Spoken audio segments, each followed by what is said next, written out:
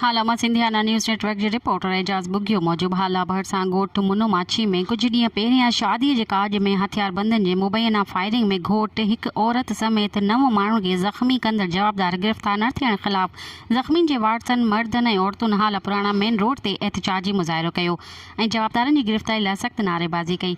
एहतजाज कंदड़ शेमिर माछी, गुलाम मेहंदी माछी, मोहम्मद सिद्दीक़ माछी, शफ़ीक माछी, अली बख्श माछी ऐं ॿियनि मुज़ाहिरीन जो चवणु हो त कुछ ॾींहं पहिरियां ॿिनि पुलिस एहलकारनि एक औरत हथियारबंदनि सां गॾिजी शादी रात असांजे घरनि ते हमलो करे हथियारनि जा मुंह खोले छॾिया, जंहिं सबबि घोट इरफान अली समेत असांजी हिकु औरत समेत 9 माण्हू सख़्त ज़ख़्मी थी पिया। ज़ख़्मी थियल अञा ताईं अस्पतालुनि में दाख़िल आहिनि। असां हिकु औरत समेत 6 जवाबदारनि ख़िलाफ़ हाला पुराणा थाणे ते केस दाख़िल करायो आहे, पर हाला पुराणा पुलिस सिर्फ़ु हिकु औरत खे गिरफ़्तार कयो आहे। हुननि चयो त आला अख़्तियारनि खे नोटिस वठणु घुरिजे।